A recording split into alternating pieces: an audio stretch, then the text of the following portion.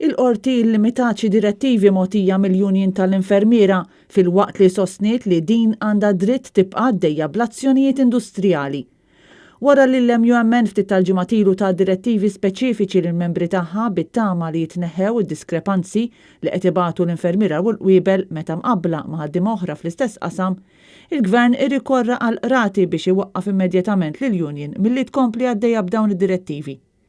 Fis-sentenza tiegħu l-imħallef Robert Manjon waqqaf lill-Union milli tagħti direttivi biex il-ħaddiema tas-saħħa ma jgħaddux informazzjoni dwar pazjenti lil kollegi tagħhom, filwaqt li qal li l-qorti temmen fid-dritt tal-azzjonijiet industrijali u li dan m'għandux ikun infixkel.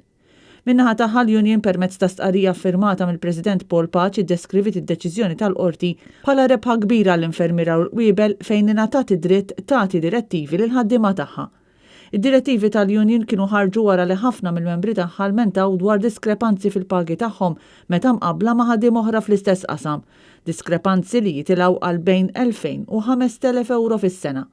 L-MUMN ilha titlob lill-Gvern jiftaħ mill-ġdid in-negozjati fuq il-ftehim settorjali u l-iskop tad-direttivi kienu propju sabiex titpoġġa pressjoni biex il-Gvern jagħti widen għall-karba tal-frontliners.